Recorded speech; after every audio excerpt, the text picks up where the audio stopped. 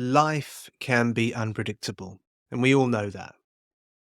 But in the face of a crisis, the real question is how you respond to it and what resources you can call upon to help you. Recently, I was staring down the barrel of my fifth redundancy in 11 years. That's two charities, one business pivot, one acquisition, and one pandemic. As you might expect, my initial response was a frenzy of job applications and recruiter calls and trawling through online job boards. You see, the job market is a total firestorm right now.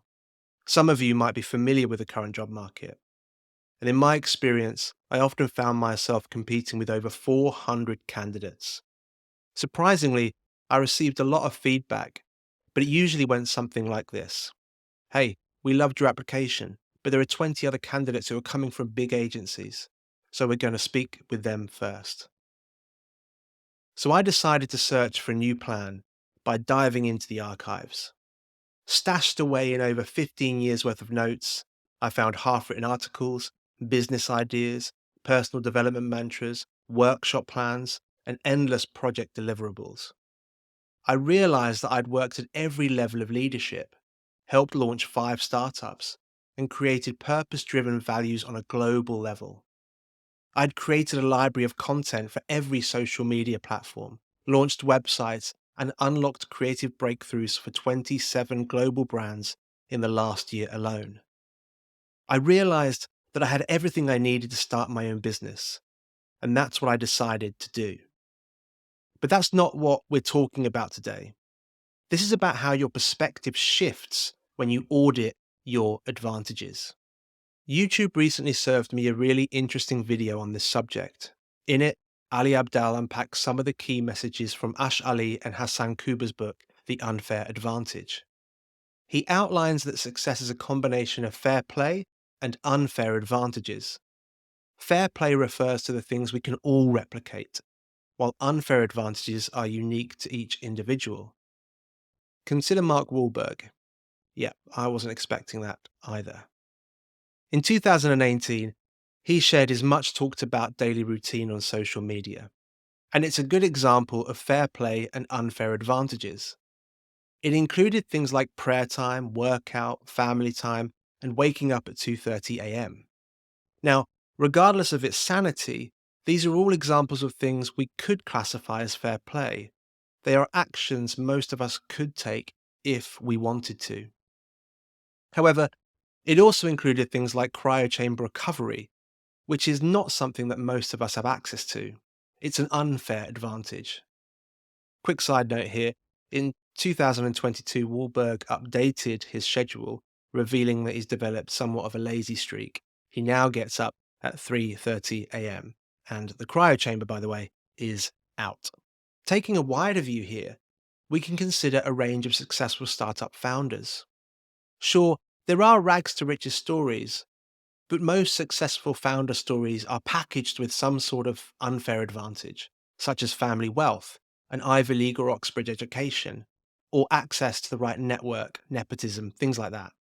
But a really interesting thing that Abdal highlights in an interview segment with one of the Unfair Advantages authors, Hassan Kuba, is that we're not offering a level playing field to others either. We have our own unfair advantages. Take my background, for example. When I traced my employment history, I discovered that I'd worked 22 jobs in 28 years, ranging from cleaner all the way to strategy director. What my employment history has denied me in terms of a career path, it has given me unprecedented breadth instead. At first glance, what naturally reads as a disadvantage is without question an unfair advantage. My unparalleled experience means I can command any room, lead any team, and manage negotiations of all kinds. It's become my superpower. Here's another example from the celebrity world. Today, Oprah Winfrey is worth $2.8 billion, but she was born into poverty and survived a traumatic childhood. She is known for her empathy and as a gifted communicator. Why? Because she understands adversity. She has turned her deeply rooted connection with crisis into a remarkable advantage. not to mention the commercial drive that can be born from the experience of having very little. She says this: "It doesn't matter who you are or where you're from, the ability to triumph begins with you always." So, what are your unfair advantages? In 2016, after my first two redundancies, I found myself working with collaboration specialist Richard Watkins.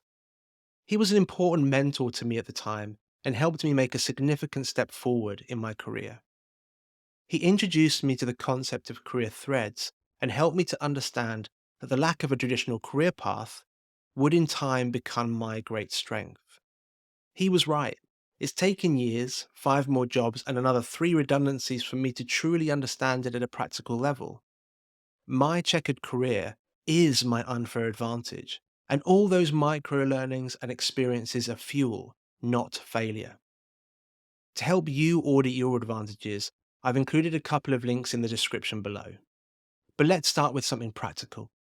I suggest you create a quick timeline of your life, plotting the most important moments, relationships, jobs, career highlights, and anything else that stands out as the process unfolds.